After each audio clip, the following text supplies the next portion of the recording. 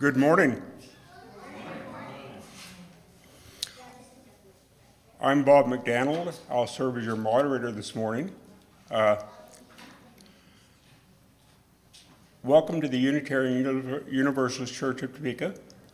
We've been doing business here since 1961, and most of that, starting with that place there, added this one, and then added the one in back. So it's been a journey to get to where we are today. I'm glad you all could be with us. Just taking care of some protocols, the first thing is, and I need to remember this, is take out your cell phone and get it right side up and turn it off. That way our speaker won't be interrupted by what we have. And we'll begin with opening music, and this was selected by our speaker, Robin Hanson.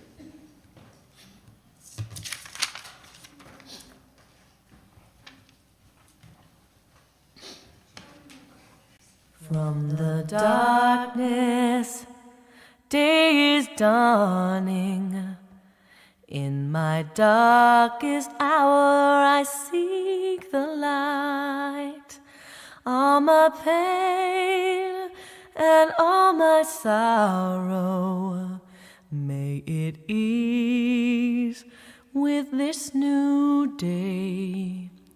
May my tears remain uncounted, and I bid the goddess be my guide. For where you lead, you know I'll follow.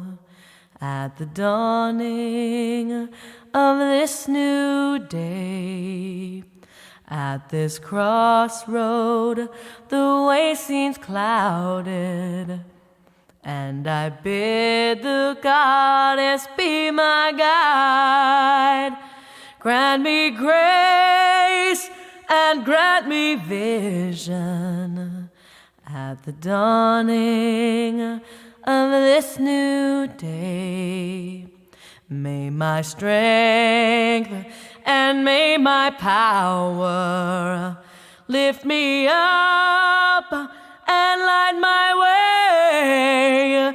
I seek faith and I seek wisdom at the dawning of this new day. At the dawning of this new day. At the dawning of this new day.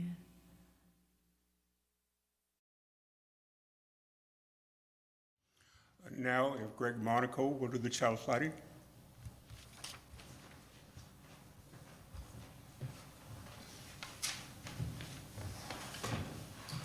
Thank you, Bob. And I'd like to say that I'd like to light the chalice on behalf of all the people who contribute so much work to the ongoing conduct of the fellowship, and so many people who serve in multiple capacities and really help make this place the place that I love to come.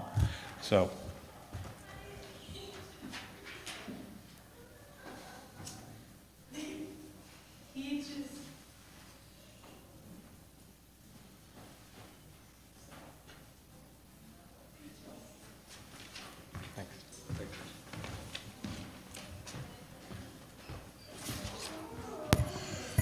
Thank you, Greg.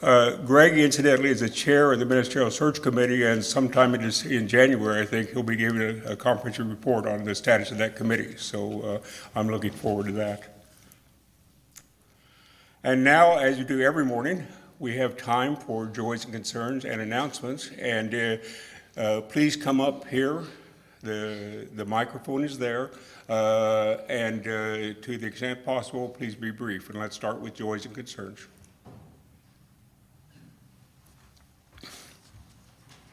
Oh, it should go without saying, but since I didn't say it, I need to be careful. Everything you see or speak at this microphone is in fact recorded for posterity, so you might keep that in mind. I so appreciate that. I'm Dennis Bosley. I just want to announce that on Tuesday, the city manager of Topeka announced to the League of Women Voters that as of January the 15th, Topeka is going to have a new Director of Diversity, Equity, and Inclusion. And his name is Aaron.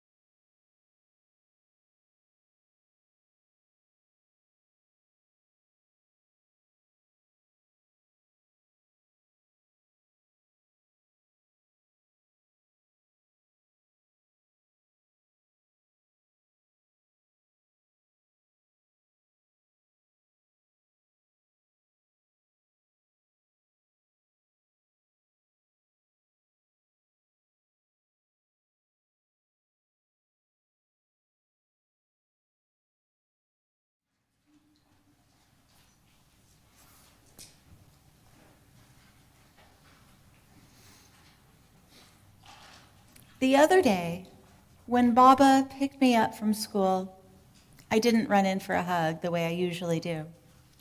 I stared at my toes where it was safe.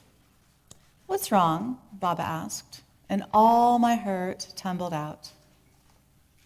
"Kurt drew a picture of our friends," I said. "He pointed at a person with eyes like two lines stretched across his face and told me, 'That one is you.'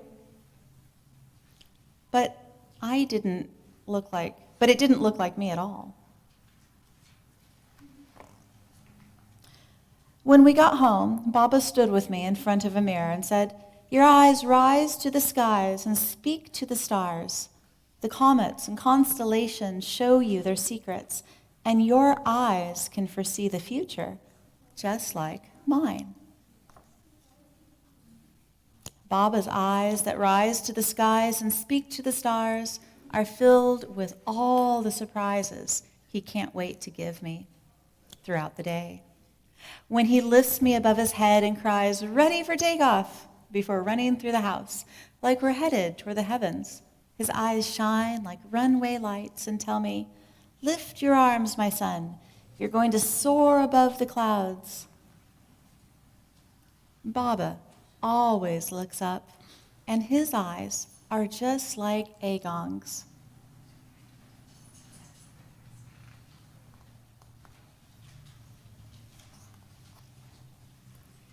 Agong's eyes that rise to the skies and speak to the stars gaze into the distance like they're looking at the world through lenses of time. The voices of ancestors whisper in his ear, speaking in lilting languages of rice paddies and climbing mountains like stairways to the sky. Mazu's miracles showing mercy from on high and mango milk from night markets lit with bulbs of light. Agong has an answer for every question I ask on our early morning walks. But when I hug him goodnight, he cups my face in his hands and looks at me like I am the only answer that matters. Agong holds the wisdom of generations, and his eyes are just like Dee Dee's. Dee Dee's eyes that rise to the skies and speak to the stars are closed so long I grow an inch waiting for him to wake up. When Dee Dee's eyelids finally flutter open, I orbit his crib, making funny faces and singing silly songs until his laugh grows so big it spreads up in his cheeks and makes his eyes squeeze shut again. He looks at me like I'm the world, but he is the sun, filling my days with light. Dee Dee's eyes that rise to the skies and speak to the stars are just like mine. My eyes shine like sunlit rays that break through darkened out. They lift their sights on paths of flight that soar above the clouds. My eyes gaze into space and glimpse trails of light, inviting me into impossibilities. The comets and constellations show me their secrets because I am the emperor of my own destiny. I read a brighter future in the stars and will fight to make it a reality. My eyes that rise to the skies and speak to the stars are visionary.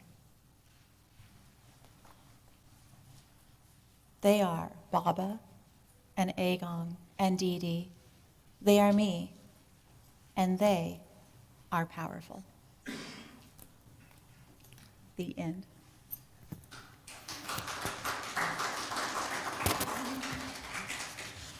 Now, if we could sing the children out, and I can't sing, so someone could start with "Go."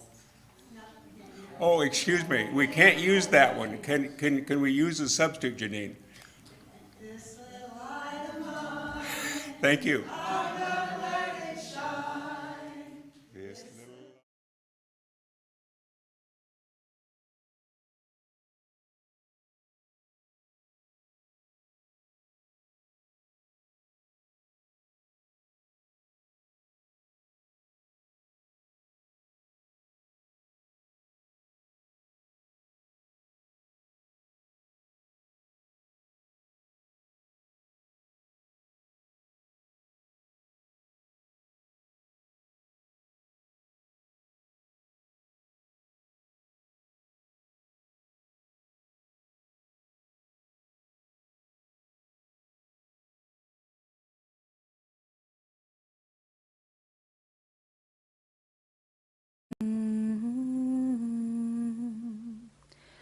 From you I receive, to you I give.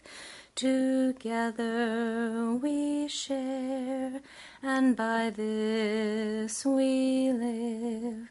From you I receive, to you I give. Together we share, and by this we live.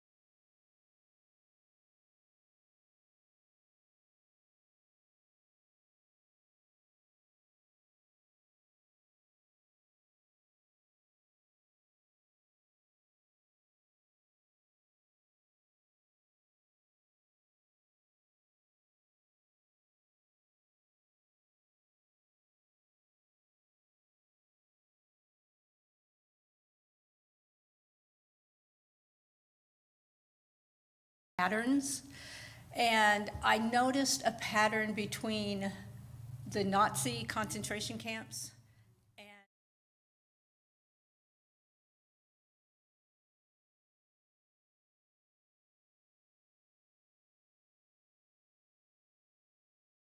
as Americans be engaged in something that was so eerily similar, at least in the patterns that I saw, especially in the photographs.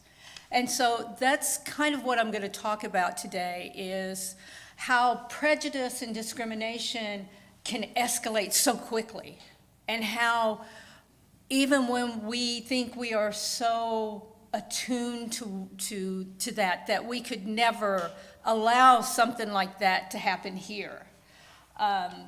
We have some historical events that show us we're capable of it too, and but for the grace of God, we haven't taken it most of the time to the extreme. So first I want to talk about prejudice and discrimination. Prejudice is the thoughts, the ideas, the policies. And you can't control how a person thinks, but you can try to influence that. Discrimination is where you act on that prejudice, okay? Where you most of the time, that's okay. I'm like, uh-oh, somebody's talking to me, or I'm hearing voices. So I'm like, okay, some of the times. And it's important that we don't lose sight of how quickly something small can really build into and become energy of its own, okay? One thing I do want to add is, as we go through, I'm going to give some background as we start into my talk, but then I'm going to mostly let the pictures tell the story. What I'm doing is, on some of the slides to come, up in the upper right-hand corner will be a photograph from the Nazi concentration camps. In the lower, the upper left, let me get the right size here. The upper left will be the German, the right will be the Japanese internment camp photos, okay? Also, I do want to make a distinction. There is a very strong difference between the concentration or labor camps in Nazi Germany and the death camps. Not talking about the death camps. They come at a little bit later time, and obviously were there for just one reason. There's not a lot of trajectory to them other than through the concentration camps. I think that's what I needed to tell you guys, because I wanted to make sure you knew the photos, because unfortunately, as we go through, it will be very difficult to figure out which one's German and which one's American. So, but I will always keep them where they're at. Okay, next slide, please. Yeah, there was already kind of inbred discrimination against people of Asian descent. 1882, we get the Exclusion Act, and then in 1924, you get the National Quota Act. And so there was a very strong prejudice leading to discriminatory acts against people of Asian descent. If you were not born in the United States, you could not be granted citizenship. You couldn't become naturalized. If you were born in the United States, luckily, through the Constitution, you had to be granted citizenship. But there was a lot of state and local laws that would be enforced against people of Asian descent, and obviously the Japanese fall into that category. On December 7th, 1941, Japan attacks Pearl Harbor, okay? Almost immediately, Japanese aliens, people from Japan who are living in the United States but who have not become naturalized, are declared enemy aliens, okay? Once you start categorizing people, that's the beginning, because now you are separating them as distinctly different. On that day, December 7th, 2,403 service members and civilians died at Pearl Harbor, and on December 8th, President Roosevelt will declare war, okay? Anybody of Japanese ancestry was declared 4C, like for draft registration and stuff. They're considered enemy aliens. Now, it didn't matter if you were an American citizen or not. You were of Japanese ancestry, thus you were declared dangerous. And so on February 19th, just a couple of months after the attack on Pearl Harbor, President Roosevelt declares an Executive Order 9066. And that allows the military to designate military zones throughout the United States and to exclude civilians anytime they desired. They were just kind of given carte blanche, okay? And so Colonel John L. DeWitt, Lieutenant General John L. DeWitt, was put in charge of the West Coast. And he very quickly started identifying and singling out Americans of Japanese ancestry. And so on March 29th, just about a month later, he issues Public Proclamation number 4, and that was the forced evacuation and detention of Japanese Americans along the West Coast, and they got a 48-hour notice. Treasure Island, which sits between Oakland and San Francisco. Homes, Japanese Americans had homes, businesses there. They were given 48 hours to get out. Just go. And then almost immediately, they put a travel restriction in on people of Japanese ancestry, started confiscating material that they had in goods, and moving towards relocation. Next slide. And this is where we're going to kind of start moving into the slides with both the German and the American. Actually, I should have had my pointer. On the left is one of the German notifications telling the Jews that they're going to have to move to the ghettos. The ghettos kind of work hand in hand with the actual concentration camps themselves. They were just kind of assembly centers before they moved them on out to the camps. The one on the right is what was posted throughout the West Coast, telling people of Japanese ancestry, you will register, you will be moved to assembly centers and then on to camps. Regardless, there were never any charges against any of these individuals. They literally took infants out of hospitals, sent them to the camps, orphans, everybody. There were, in the 1940 census, over 125,000 people of Japanese ancestry in the United States. Over 120,000 of them will be moved to camps within 6 months. 70,000 of them were American citizens who are being detained with no charges against them. Next, please. These are the camps, the primary camps, the 10 relocation camps. And what I thought was interesting when I was looking at the map is if you see this dark line on the west side of like Washington and Oregon and California, that's the militarized zone. All that area over there, you're not supposed to have. Yeah, just throw it to me. Sorry, she's going to throw me my pointer. Here, just throw it. Just throw it. It's been through worse, believe me. Ah, yes. I'm back in the classroom now. But it's not going to show on there. Okay. If you notice, 4 of the 10 camps are in the militarized zone. And the one up at the top there, Tule Lake, close to where it says exclusion area, that was the one camp that if you didn't agree that you should have been relocated, if you tried to stand up for your rights, that's where you went. That was the one where they treated you harsh. George Takei, who was Sulu on Star Trek, actually grew up in Tule Lake because his father was an academic. I think, if I remember right, he was a professor at Berkeley. And they knew better. They knew you can't do this to American citizens. And still, they did. And actually, the Supreme Court upheld it, said you have every right to move these people out, at least at that time. Okay, if you notice too, just real quick, most of them are in very desolate, rough environmental conditions.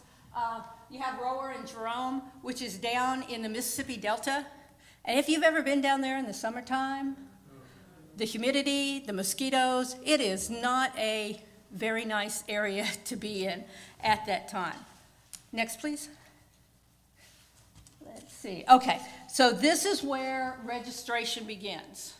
And you had to voluntarily register. If you did not, you went to prison for a year and had a $5,000 fine. That $5,000 fine today would be over $101,000. So you voluntarily went.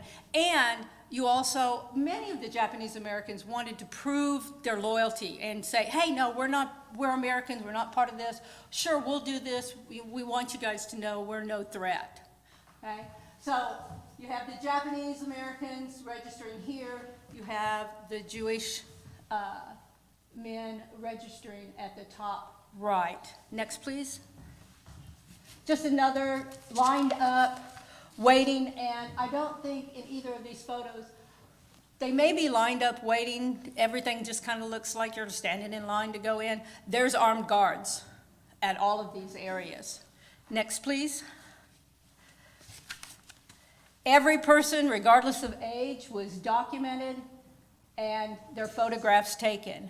And I want you to notice over on the right, this is what we do when you're going to jail. This is how you get your picture taken and everything. So it is a very dehumanizing task. And these people were very obviously knew they weren't the ones that were in a position of power. Now, next, please. These are the cards that would be given to them. Jewish woman on the left, Japanese American on the right. I have a story that goes along with this card here, too.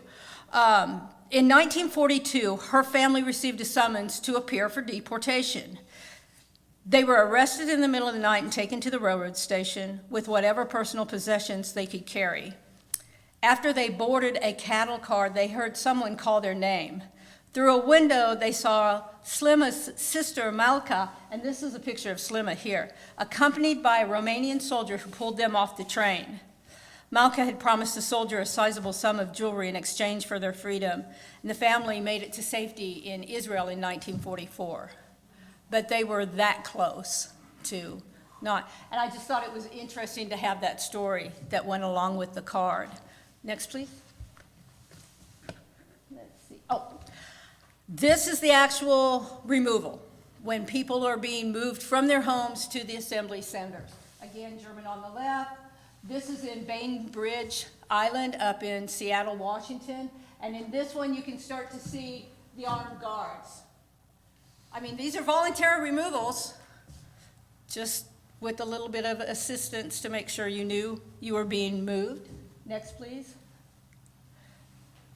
More removal. And I brought this one, I wanted to put these up here because you have the Jews and the Japanese Americans moving. But look in the background. This is something I've noticed in a lot of photographs that we see when there is a group of people being humiliated, controlled, made sure that they knew they weren't the ones in power. Look at all the people that are standing around watching the spectacle. Little pointer. Along the bridge there, it's lined with people watching the Japanese Americans being moved out. Here, along that back line, is just a bunch of people watching the Japanese Americans. You know, and it's one of those, if they're not coming for me, everything's fine. Problem is, sooner or later, they normally wind up coming for you. Next, please. They could go by bus, or, let's see, I just want to make sure here. Yes, okay. So, again, it's the similarities that I see as we start to move along that path from prejudice to discrimination, and how it just grows as it goes along. Next, please. This is the result. None of these families had more than a week to close up their businesses, sell their goods, arrange for their homes, anything. And so the people who weren't of Japanese ancestry could swoop in and buy stuff up on for pennies on the dollar. If even that, a lot of times businesses just had to be left sitting. And so, again, an example in Germany and in, I believe this is in Seattle as well. Next slide. And then you have the vandalism too. For items that were left behind, again, the two different areas. And then next slide, please. And goods being confiscated, both in Germany and in the United States. Next slide. Items being, the more I started looking for photos that were similar, the more I was surprised at how similar they were. You have goods being brought into the camps and then being inspected. The same thing you have here. And notice, they're just inspecting the goods that they're bringing with them because they were told they could bring a few items with them, some clothing, household goods. But notice even here, these guys are left over here. The family head has to go up. There's a couple of armed guards here, and then there's an armed guard standing behind him while they're going through everything. Just that feeling of helplessness being reinforced every time. Next slide, please. And then now they wait. We had to build the camps. So they're in the assembly centers, literally waiting to go. German on one side, Japanese on the other side, Japanese Americans. Next slide, please. Again, and what I wanted you to notice here, notice the tags.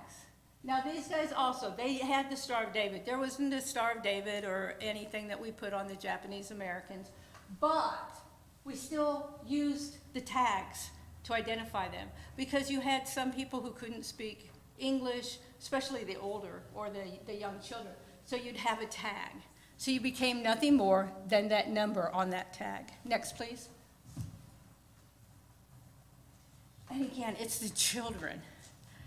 Every time I see the picture of these children, I always wonder, how did the parents explain to their kids why they have to leave their homes, their friends, their schools?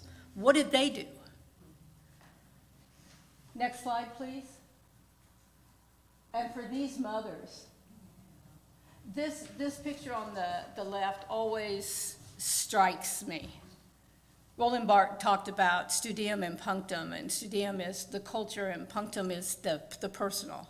And I see this and I'm like, here's a woman sitting there holding her child, knowing what their future is. I can't imagine. Luckily for us, you have the woman on this side who, again, doesn't know what the future is going to be for her child. But I have to hope she still had hope because it was America. Next slide, please. These are the homes they're leaving. Nice, respectable, just living their lives, and then the next day it gets turned up because they're going to be headed to, next slide, please, the camps. The barbed wire, the separation, and the not knowing. To go from your home into a camp like within a week and you've done nothing wrong other than to be discriminated against because of your ancestry. Next slide, please.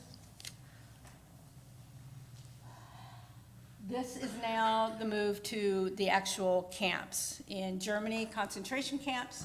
Here in the United States, relocation camps, okay? Again, both going by trucks. Next slide, please.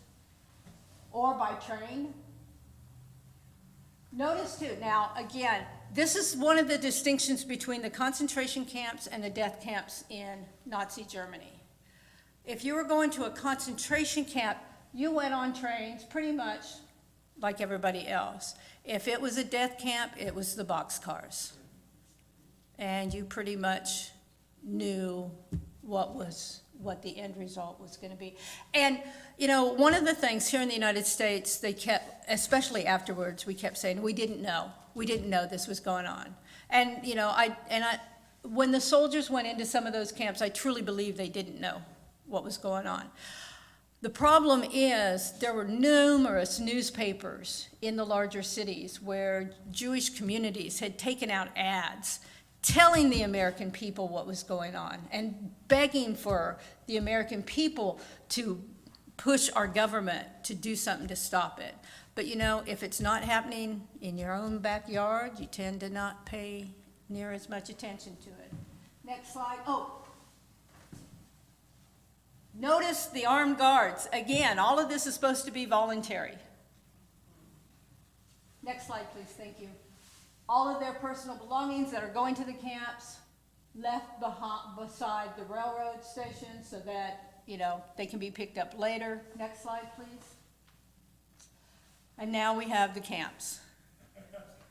And if I didn't tell you which was which, it would be very, very difficult to distinguish. Next slide, please. These used to be horse stalls that the Japanese Americans were put into. Next slide, please. Next slide. This is Manzanar. This is out in Arizona, in the desert. You go from blistering heat to frigid cold. Next slide.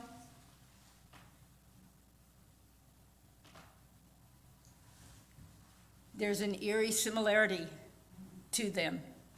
Next slide, please.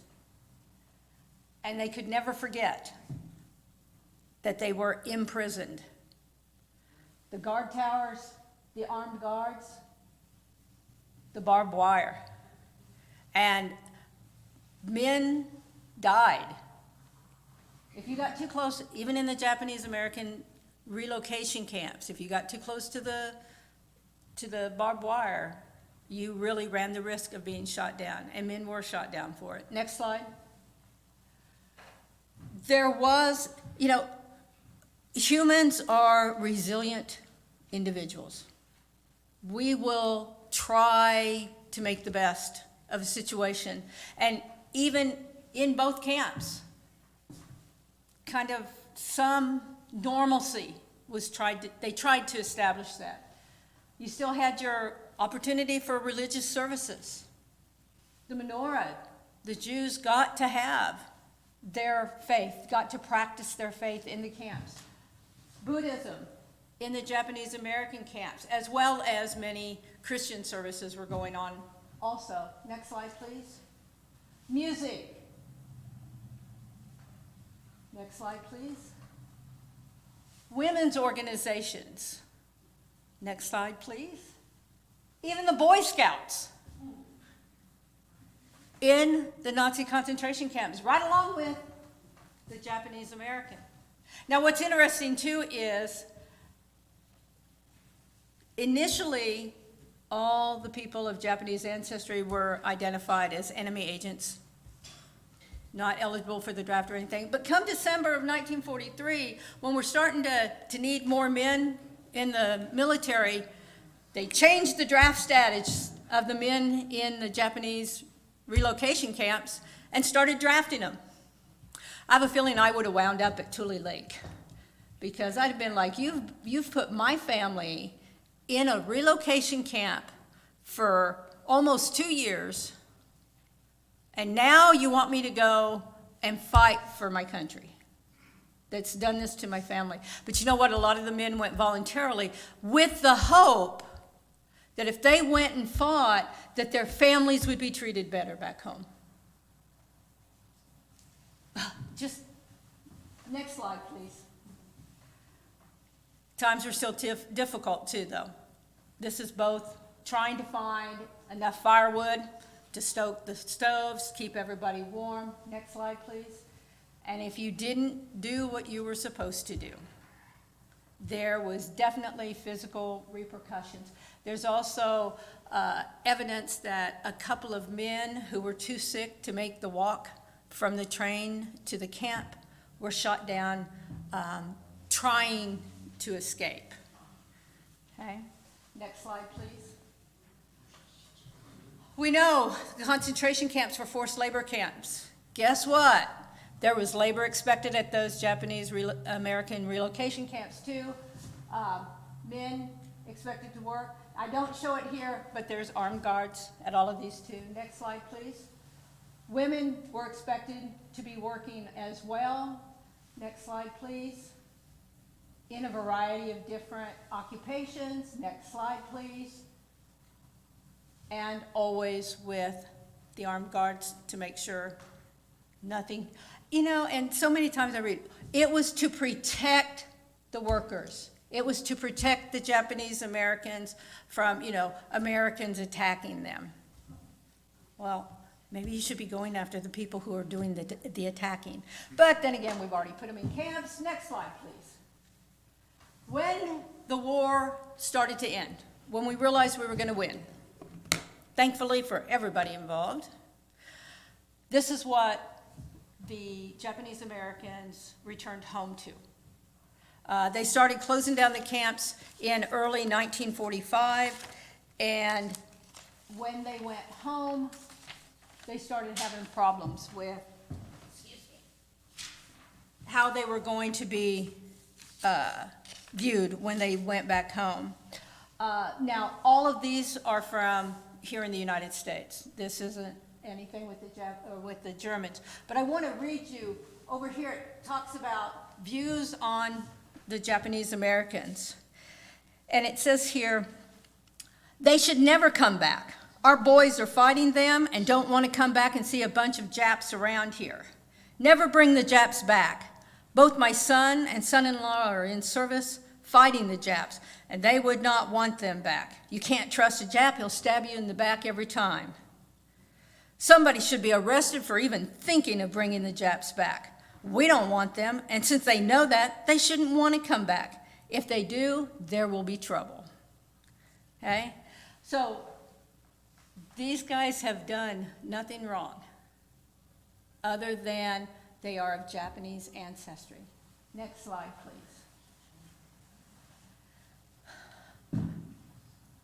The last Japanese American relocation camp closed in January of 1946. Wow, that late? Yes. That would have been Thule, where the dissenters were at. 73 years later, in 2019, we were reminded that prejudice and discrimination is still driving the imprisonment of innocent victims, whether you call it a concentration camp, a relocation camp, or a detention camp. Jewish boys in a camp, Japanese American boys in a camp, young South American, Latino boys in a detention camp along the U.S. border. So don't think that we're that far away from being able to do it again. We got lucky. Every time I look at those photos, I think, what if the war would have gone the wrong way? We deported almost 5,000 Japanese Americans at the end of the war. Most of them under the age of 20. We just sent them back to Japan. But, you know, I'm like, we know that the death camps actually came about because of a 1939 Avion conference. Hitler's first view towards the Jewish people in Germany was, I want them out, get them out. Don't care where they go, just get them out. And so many Jews fled in the 30s. They ran into a problem. Western countries, other countries throughout the world didn't want to accept them. And so the United States called for a conference in 1939 about what to do about the Jews. It was either 26 or 28 countries showed up for that conference in Avion, France. They all agreed to close the borders to the fleeing Jewish refugees. Hitler, after that, said, well, if the rest of the world don't want Jews, we'll do them a favor. We'll just get rid of them. And that's when they started building the death camps, and the first death camp went into operation in 1941. So there's a lot of history, there's a lot of things that happen historically that we don't hear about. You know, it doesn't make the bullet points or the headlines. And it takes reading beneath the surface or going deeper into some of these stories to actually find out what's going on. But I wanted to show an example of what prejudice and the accompanying discrimination can lead to. We got lucky. The war went the right way for us, and so we could, out of the goodness of our American hearts, release the Japanese Americans who had been imprisoned for 3 years. But My greatest concern is what if it hadn't gone that way? What would we have done? And could something like that happen again in the future? Thank you.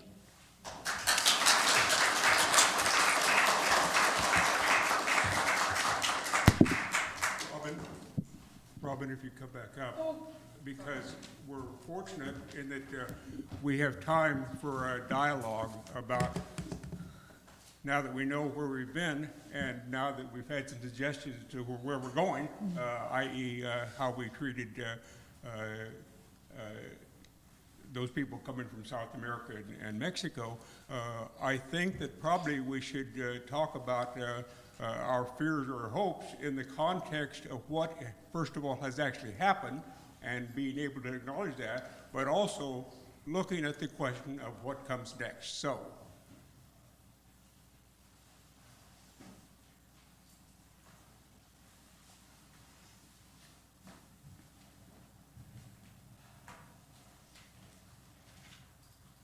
Thank you for your talk. My name is Micah Forstein.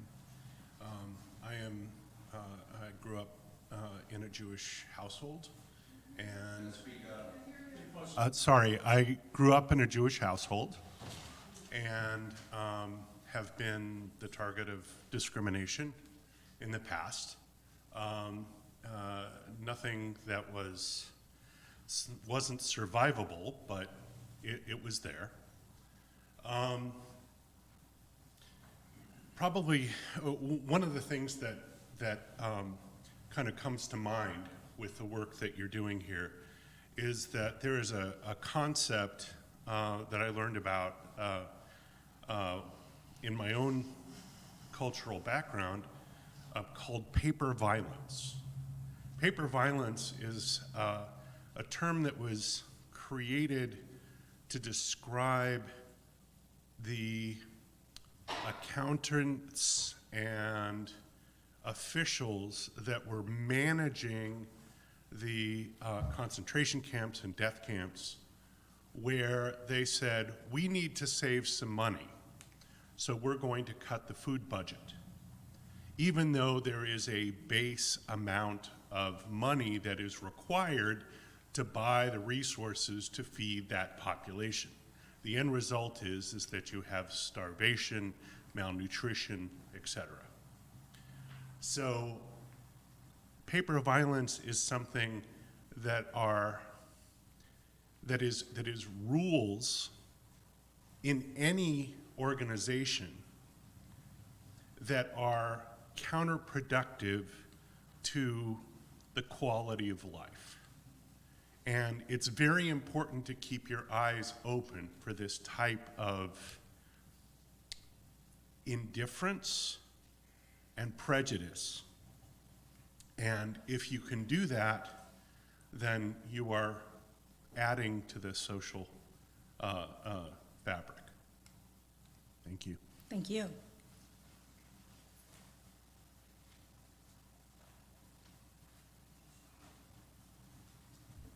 I'm Dennis Bosley. I majored in American Studies, and I drive a semi-truck. And I got off the wrong exit downtown Dallas. I ended up driving by the federal courthouse, and I saw all these people from Central America lined up waiting for a status hearing. Yeah. Made quite an impact. I bet. Not surprising you were driving a truck after majoring in American Studies. I understand that. I'm Chuck Fonts. I wanted to make a comment just by contrast.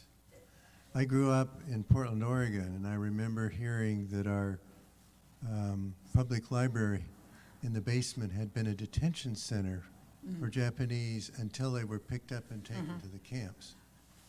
But I've never been to one of the camps, if they're still in existence. When I came here to Topeka 30 years ago, I learned about that there had been camps for German prisoners here in Kansas, and I went up to Concordia, and just north of that, a mile or so, is the remains of one camp. It's mostly gone, but there's a museum there that has all kinds of pictures and movies and books and stuff.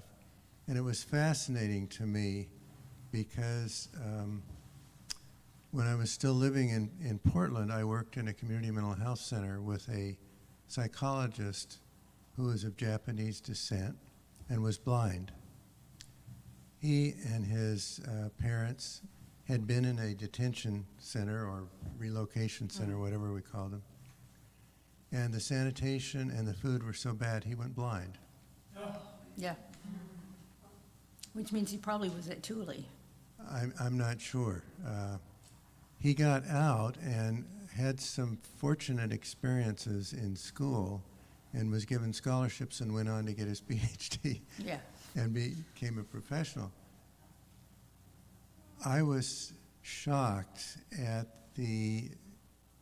I'm not exactly sure what to call it, that he'd come to grips with that, because I would just be, Yeah. I think for my lifetime, I would be totally furious about what had happened, but he'd kind of come to grips with it. But seeing the camp there, Concordia, and the pictures and the stories, we treated the Germans so much differently in here. Oh, yeah. Yeah. And some were allowed to actually go out and work on farms. They were outside of the camp because all of our young men were in Right. the war. And some of them ended up, after returning to Germany, coming back and marrying people Yeah. that they'd met. We had schooling for them. They took courses. They could get college credit while they were in the camp. It was just a totally different treatment. And I suspect part of it has to do with the fact that there were so many Germans that came here as immigrants early on. And so we didn't have that fear of the way that we did towards the Japanese. Thank you. Let me clarify real quickly, too. The camp by Concordia was a German prisoner, or it was a prisoner of war camp for German soldiers. And most of the camps, go ahead, come on. Most of the, there's very little that remains at any of the relocation camps. There's a lot of, most of them have monuments that the Japanese Americans have put in place. Several of them still have the cemeteries of people who died at the camps. Are they? Yeah. Well, because we're finally kind of embracing, it's one of those things, if you embrace what you've done and learn from it, and you have some physical memory, maybe you won't follow that same path in the future. At least that, I'm sure that's the hope behind those.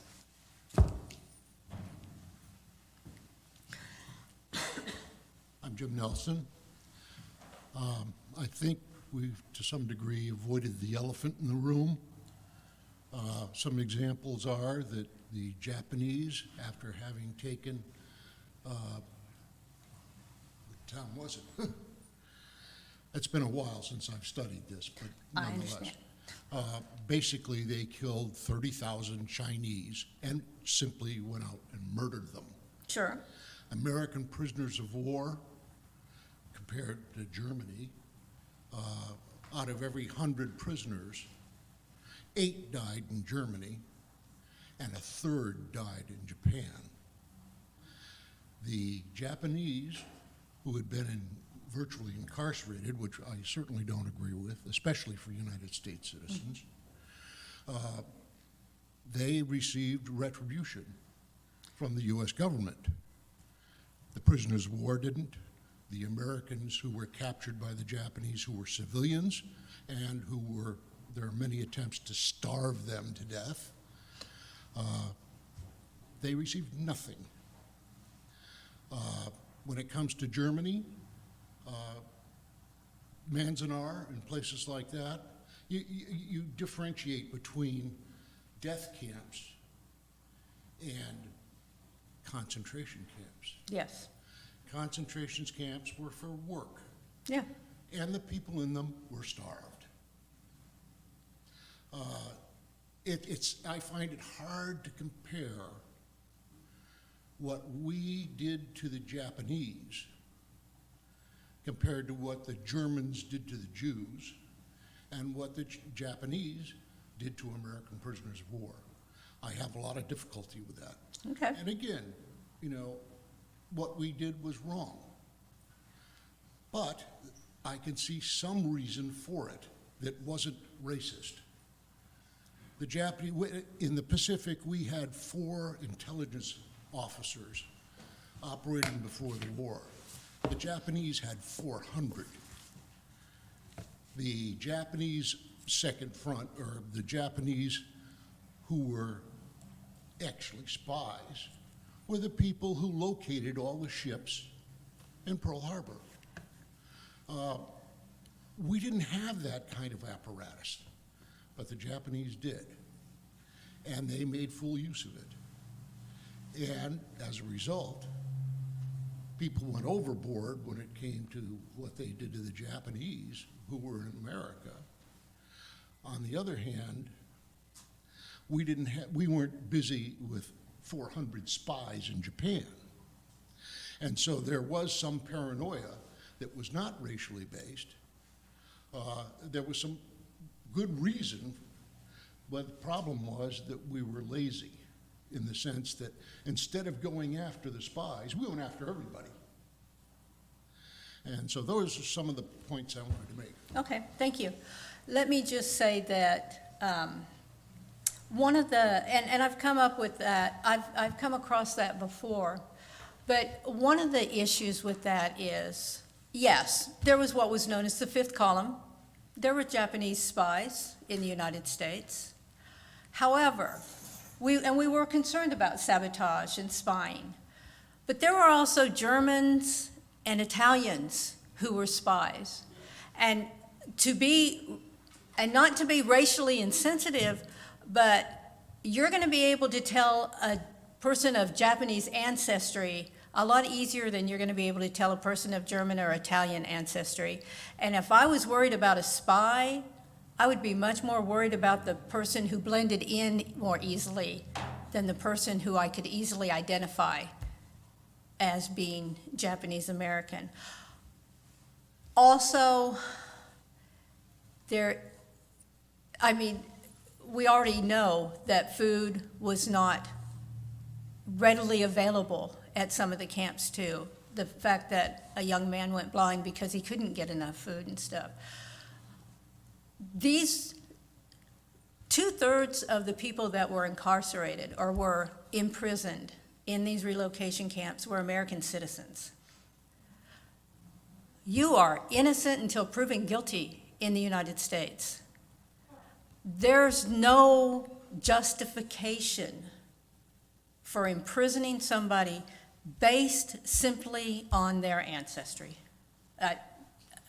We're gonna agree to disagree respectfully, but I just can't, I can never be supportive of imprisoning people based upon that. Now, yes, when you get into the war theater, the Japanese were much more atrocious in their treatment of their prisoners. That's a given. But I can't see how we can compare Japanese soldiers with Japanese Americans and Japanese American citizens. There's just not a comparison there. But, you know, when the United States incarcerated the Japanese, we didn't kill 6 million of them. Well, and again, I wasn't comparing the death camps with the relocation camps. And also, 25 million died in Germany with the Jews and everything. But that's going to a whole different level of discrimination that I wasn't talking about here, in that I was just showing the trajectory of where we were very similar to what the Nazis did, and how we could have followed that same path if we weren't careful. Robin, I think that point speaks for itself, and I think history is misused more than it's given correctly, so I appreciate that. And now we have one final comment.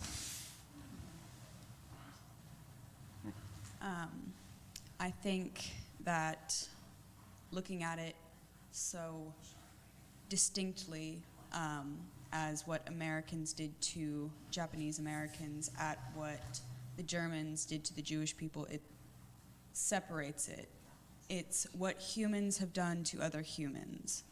The very first Unitarian principle is the inherent worth and dignity of every person. And to see these atrocities that not only happened abroad, but right here in America, it's despicable as humans that administrations and policies let this happen to people that were innocent of everything except being born in the family that they were. And I think if we learn from history and we stop hiding the fact that these Japanese internment camps happened in America, we can move forward. We can see what we can do better. We can stop the atrocities happening at the border right now. There are women being forced into gynecological surgeries where they're having a complete hysterectomy against their will.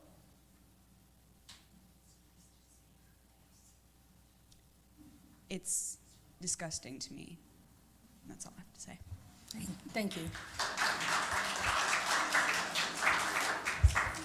I did want to mention a film that you can find. You have to do a little bit of research on how to get it, but I think you can get it free through YouTube or something, called The Cats of Miratakani.